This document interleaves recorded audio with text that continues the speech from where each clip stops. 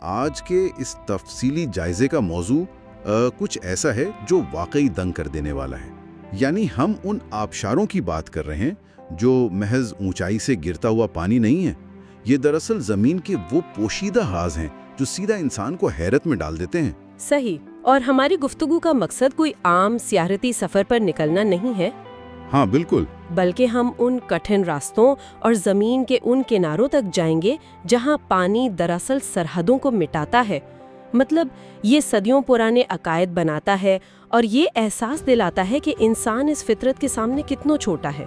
یہ سوچنے کی بات ہے نا، مطلب ہماری اس جدید دنیا میں جہاں سیٹلائٹ خلا سے زمین کے چپے چپے پر نظر رکھے ہوئے ہیں، کیا یہ ممکن ہے کہ کوئی دیویاکیل آبشار سال 2005 تک بالکل دنیا کی نظروں سے اوجھک رہے؟ ہاں، اور ایک آبشار تو ایسا بھی ہے جس کا پانی بظاہر سمندر کی گہرائیوں میں گرتا ہوا محسوس ہوتا ہے۔ کیا یہ چیزیں کسی سائنس فکشن فلم کا حصہ نہیں لگتی؟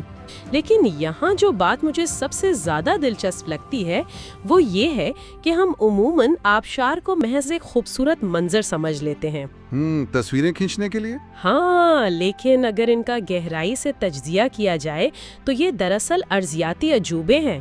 مطلب یہ وہ مقامات ہیں جہاں لاکھوں سال کی تاریخ، ارتقاء اور مقامی تہذیبیں آپس میں جڑی ہوئی ہیں۔ صحیح، پانی کی وہ خاموش لیکن جو مسلسل طاقت ہے نا، وہ نہ صرف سخت چٹانوں کا سینہ چیرتی ہے بلکہ انسانی تہذیبوں کے عقائد بھی تراشتی ہے۔ یہ بات واقعی سوچنے پر مجبور کرتی ہے، اور اسی لیے میرا خیال ہے فطرت کے ان پوشیدہ عجائبات اور نظر کے دھوکے سے شروعات کرنا سب سے بہترین ہوگا۔ بالکل، مجھے بھی یہی لگتا ہے۔ تو جنوبی امریکہ کے ملک پیرو میں جو گوکاٹا آبشار ہے اس کی مثال ہی لے لیں۔ کہا جاتا ہے کہ یہ 2531 فٹ بلند ہے، جو کہ نیاگرا سے تقریباً 3 گنا بڑا ہے۔ 3 گنا! لیکن اتنی بڑی جسامت ہونے کے باوجود یہ سال 2005 تک بیرونی دنیا سے چھپا رہا۔ مطلب یہ کیسے ممکن ہے کہ کوئی اتنی بڑی چیز جو اتنا شور بھی مچاتی ہو وہ صدیوں تک کسی کو نظر ہی نہ آئے؟ دیکھیں، یہ سوال ہر اس شخص کے ذہن میں آتا ہے جو گوگو کاٹا کے بارے میں سنتا ہے۔ دراصل اس کے چھپے رہنے کی 2 بڑی وجوہات تھیں۔ اچھا، پہلی وجہ تو اس کا جغرافیہ ہے۔ یہ آبشار انتہائی گھنے بادلوں والے جنگلات کے عین وسط میں واقع ہے، جس کی وجہ سے یہ دور سے یا آسمان سے اتنی آسانی سے نظر نہیں آتا۔ سمجھ گیا۔ لیکن دوسری اور جو سب سے اہم وجہ ہے وہ نفسیاتی اور ثقافتی ہے۔ مقامی اواجن قبیلے کے لوگ اسے صدیوں سے جانتے تھے۔ تو انہوں نے بتایا کیوں نہیں کسی کو؟ کیونکہ انہوں نے جان بوجھ کر اسے چھپائے رکھا۔ وہ اسے ایک انتہائی طاقتور روح کا گھر مانتے ہیں جسے وہ لا سیرینا کہتے ہیں۔ لا سیرینا؟ جی، ان کا عقیدہ تھا کہ اگر اس راز کو پھاش کیا گیا تو یہ روح ناراض ہو جائے گی اور علاقے پر کوئی آفت آ سکتی ہے۔ اس لیے یہ صرف ایک ارضیاتی دریافت نہیں تھی بلکہ ایک تہذیب کا صدیوں پرانا راز تھا جو سامنے آیا۔ ارے واہ! اور جب یہ سامنے آیا تو اس نے دنیا کو ایک ایسا حیاتیاتی نظام دکھایا جہاں نایاب اینڈین کونڈور جیسے دیویاکل پرندے بستے ہیں۔ یہ تو واقعی ثقافت اور خوف کا ایک عجیب سا ملاپ ہے۔ جب مقامی لوگ کسی چیز کو مقدس یا خطرناک مان لیں تو وہ خود بخود ایک راز بن جاتی ہے۔ بالکل ایسا ہی ہے۔ لیکن اب اگر ہم ایک ایسے راز کی بات کریں جو خوف کی وجہ سے نہیں بلکہ فطرت کی ایک زبردست چال کی وجہ سے راز ہے، تو موریشس کا سمندر کے اندر گرنے والا آبشار ذہن میں آتا ہے۔